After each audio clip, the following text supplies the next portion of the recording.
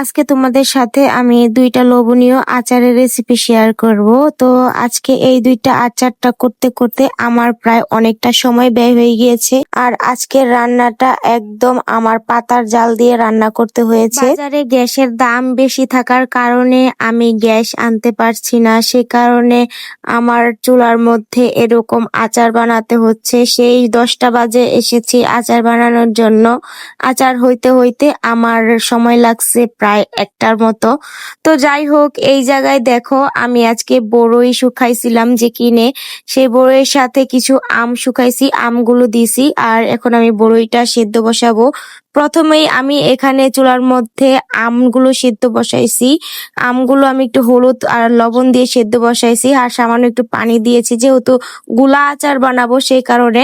তো আচারটা যখন আমগুলো যখন সেদ্ধ হয়ে আসবে তখন এখানে আমি দিয়েছি ভিনেগার, দারচিনি, তেজপাতা, তারপরে দিয়েছি এখানে আমি পরিমাণ মতো জাস্ট অল্প একটু কালার জন্য ফুড কালার। এটা অপশনাল, তোমরা চাইলে দিতে পারো, না দিলেও কোনো সমস্যা নেই। আমরা তো আচার সবাই বানাতে পারি, এটার রেসিপি এক একজনের কাছে এক এক রকম। আসলে আমি বানাই এরকম করেই, অনেকে আবার বলবে এত পানি দিতে হয় না।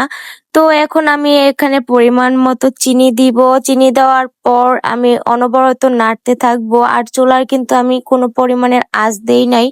তারপর আমি আমটা নামিয়ে রেখে, আগে যেহেতু আমার মনে পড়লো যে এক চুলায় যেহেতু 2 চুলায় যেহেতু চড়িয়েছি, তাইলে আমি আমটা কি করি, আমটার সাথে বড়িটাও সেদ্ধ দিই, তাহলে আমার কাজটা খুব তাড়াতাড়ি এগোবে। আমার আর কি আগে পয়েন্ট ছিল যে আমি আগে আমের আচারটা বানাবো, তারপর বড়ি আচার বানাবো। তারপর ভাবলাম না, আমার তো এরকম করে লস হচ্ছে, আমি তাহলে 2 চুলায় 2টা চড়াই। তারপর এক চুলায় আবার দেখি আম হয়ে গিয়েছে, আম হয়ে যাওয়ার পর আবার বড়ির কথা মনে পড়ছে।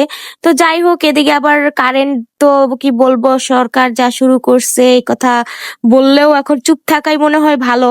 তো কারেন্টের কারণে আমি কতক্ষণ পর পর একটু দেখতেছিলাম কখন আবার পাঁচফোড়নটা গুঁড়া করব, মরিচটা গুঁড়া করব। পাঁচফোড়নটা গুঁড়া করার পর আবার কারেন্ট গেছে গা, তখন আবার আমার রান্না অর্ধেক শেষ, তখন আবার মরিচ গুঁড়া করা দরকার। তো মরিচের গুঁড়াটা করছি, তারপর এই জায়গায় আবার মরিচটা গুঁড়া করার পর আমি আমি সবসময় কিন্তু আচারের ক্ষেত্রে এইভাবেই তেলটা দেই। তেলটা গরম করে তারপর আমি আচারের উপর ঢালি। এর ক্ষেত্রে কিন্তু তেলের যে গ্রান সেটা সম্পূর্ণটা কিন্তু আচারের মধ্যে খুব ভালোভাবে প্রবেশ করে। এইভাবে কিন্তু দিলে আচারটা খাইতেও অনেক ভালো থাকে, ভালো লাগে, আর অনেকদিন থাকে আচারটা। তো আমি তো এভাবেই দেই, তোমরা কে কিভাবে দাও অবশ্যই জানাবা। আর কারেন্টের কথা আর কি ভাই বলবো বলো, আজকে কারেন্টের জন্যই আমার এত কষ্ট। আর গ্যাসের কথা তো নাই বলি, আমি কিন্তু যদি আমি আজকে গ্যাসের মধ্যে আমি আচার বানাইতাম তাহলে কিন্তু আমার এত কষ্ট করতে হতো না, খুব তাড়াতাড়ি হয়ে যেত।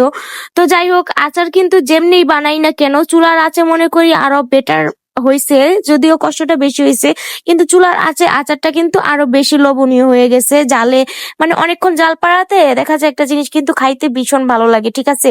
তো যাই হোক, আজকের ভিডিওটা এই পর্যন্তই, আমার আচার বানানো শেষ। আর দেখি তোমাদের কাছে কেমন লাগতেছে অবশ্যই কিন্তু কমেন্ট করে জানাতে ভুলবে না। আমার কাছে তো ভীষণ ভালো লেগেছে এই আচারগুলো, সবার কাছেও, বাসার সবার কাছেও অনেক ভালো লেগেছে। তো কেমন লেগেছে অবশ্যই কিন্তু জানাবে। তো কি আর বলবো, কিছু বলার নাই। আজকের ভিডিওটা এই পর্যন্তই, সবাই ভালো থাকবে, আল্লাহ হাফেজ।